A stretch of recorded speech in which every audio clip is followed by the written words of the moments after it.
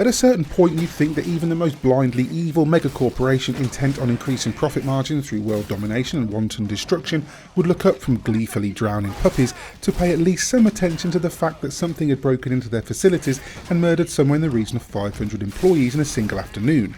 That sort of thing should at worst show up on a spreadsheet during a weekly evil productivity meeting. Luckily for the heroes of Werewolf, the Apocalypse, Earthblood, token evil corporation Endron spend more time worrying about whether or not there are enough custard creams in the break room than the fact that half their workforce has recently been used as a new form of rather lumpy paint by a pack of werewolves and just carry on regardless. Far be it from me to use lofty terms like ludonarrative dissonance when discussing a game as puddle deep as Werewolf, but it feels a relevant complaint. This game wants you to use stealth and takes pains in the story to act as though you've been using stealth, for example having you repeatedly break into labs or at one point break out of prison without raising too much suspicion or instigating a retaliatory attack against your pack, when in actuality there's no penalty for just wolfing out in every single room and mixing up everyone's vital organs in a macabre version of the car keys in a punch bowl game. Even weirder is the fact that in Werewolf, blaring alarms only seem to be audible in the room you're in, and so you can turn into a 9-foot wolfman, eviscerate a couple of football teams worth of generic soldiers to the tune of a screaming siren, and then sneak into the very next room where no one has even looked up or acknowledged the wanton slaughter a few feet away, and then do it all again. In fact, this is what Werewolf is, and it is all that Werewolf is. You, as clumsily named and oddly mustachioed protagonist Kahal Fillin, must infiltrate a number of identical facilities owned by Endron in an effort to defend Gaia, which is Earth, from the ravages of the Worm, a kind of vaguely defined fleshy evil force that makes humans unwittingly chop down trees and poison the atmosphere in order to weaken the Wild, which is Gaia's primary faction. There's a third faction in there called the Weave, but I lost the relevance of its place in the universe fairly early on. I should point out that this game is based on a pretty successful pen and paper RPG, and so will have a certain amount of pre-made fans ready to defend it, but I can't help but feel that even die-hard fans of this universe will be sorely disappointed by what is a painfully generic third-person adventure, and it really is that generic too. Kahal is incredibly dull and has almost no actual development throughout.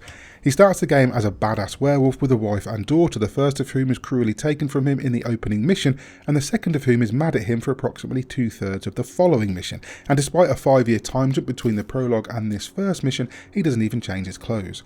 There are some arbitrary skills you unlock by earning XP, crucially not from greeting countless squishy humans, but rather from completing objectives and sniffing flowers. Honestly, this is a thing.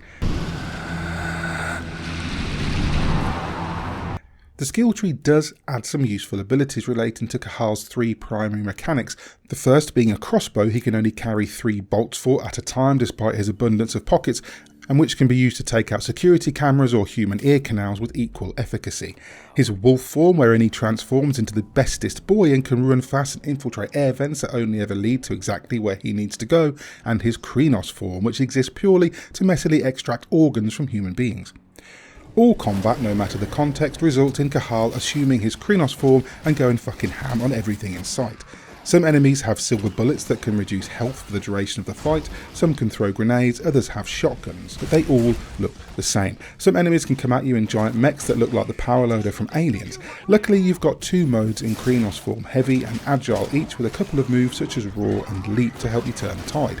As you build fury, you'll eventually be able to enrage, becoming super powerful and almost indestructible for a small period of time. At this point, straight button mashing until Kahal transforms back into a person with a speck of blood or lower intestine on him is about the best strategy. Quite irritatingly, he almost always crouch walks everywhere, allowing you to remain mostly undetected until such time as you do accidentally get spotted or just get bored and decide to obliterate everyone. And that's pretty much all there is to Werewolf the Apocalypse Earthblood. There are cutscenes with horribly generic characters that come and go, a laughable enemy nicknamed Tank Girl who literally fights you in a giant mech while wearing a thin vest that couldn't stop a breeze, and a lot of lofty guff about how humans bad, nature good, and humanity were the real monsters all along, which they are in the final third when all the enemies you kill mutate into giant tongue monsters because evil corporations in games think it's a good idea to forego risk assessment protocol and just inject their entire workforce with violent mutagens to see what happens. But I won't say that some of Werewolf isn't kind of fun, and it's mostly inoffensive nonsense, and the combat can be quite empowering as you mow through rooms full of faceless goons. By the second half of the game, I'd stopped even trying to stealth anywhere, just went straight into any room with my werewolf already out and swinging for all to see. It's a game that pretends to care about the story but then uses PS3 era animation for its in-engine cutscenes and condenses the protagonist getting arrested and imprisoned, befriending the prison top dog, breaking into the warden's office, freeing a VIP and then escaping into about half an hour of gameplay that follows the exact same principles of sneak through vent, hit contextual action button, murder everything in sight, sneak back through the vent, and that's it for the rest of the game. Playing on PlayStation 5, the saving grace is that the cutscenes are super fast and so the action rattles on at a fair pace and never gets stagnant, just tedious. Identical enemies with zero AI, identical environments with zero artistic flair, and an awful lot of large areas with nothing worth finding in them add up to a C-tier experience that is unlikely to stick in anyone's memory for long. For a vastly superior experience, you're better off just firing up a PS3 and playing Prototype again instead. And for that reason, I'm going to award Werewolf the Apocalypse Earthblood a very average 5 out of 10. I'm glad you're back. And we lost a lot of good people today. We're lucky it wasn't worse. Though with half our survivors wounded. I hope you enjoyed that review of Werewolf the Apocalypse Earthblood. I keep getting tripped up by that title.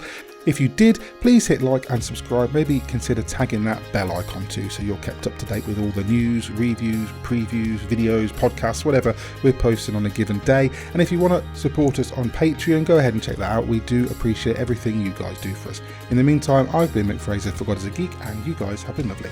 Bye.